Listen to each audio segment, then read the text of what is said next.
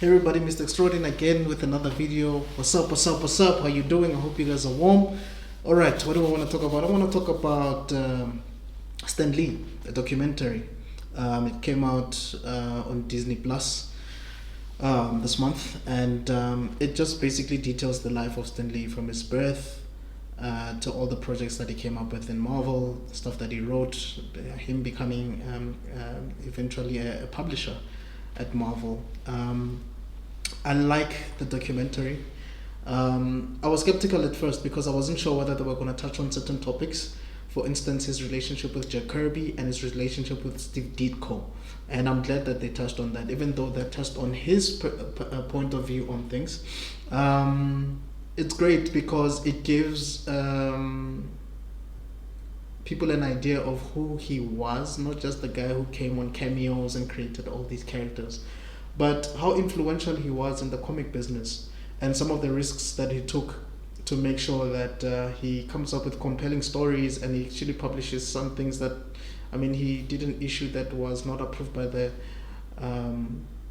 Comics Code Authority, which was a huge risk, you know, and him actually just taking the leap of faith to publish a character called Spider-Man, who was not approved by his then publisher at the time, or the leader of the company at the time, and Spider-Man became a household name eventually. So I highly recommend anyone to watch that documentary.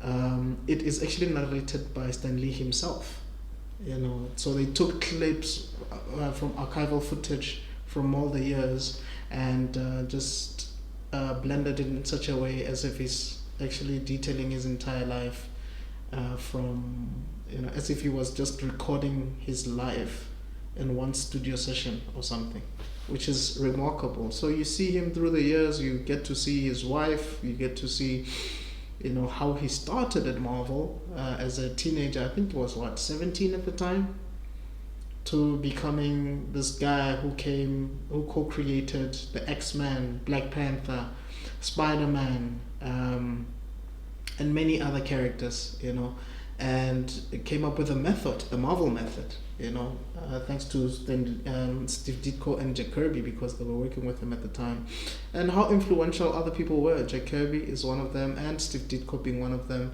and how he, you know, he made sure to travel across America and make people aware of the great things that they were doing at the company. You know, talks about the Hulk and how he came up with the character of the Hulk, what he had in mind when that character was created. I like the fact that they show us different, you know, photographs. They show us different videos of some of his interviews. I mean, there was a nice interview with him discussing Marvel, and them having, on the other side, having Julius Schwartz, who was at DC at the time, and they had different takes on characters. It's truly great. I don't think it's a documentary that should be ignored, rather, and I don't think it's a documentary that should be watched once.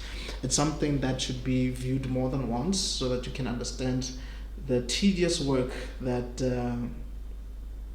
goes into creating iconic storylines and iconic characters, and all the hard work that these men have, you know, put in to make sure that they bring about some of the best stories ever made, even though it's not through a fictional novel, but it is through pictures, comic books, panel by panel, page by page.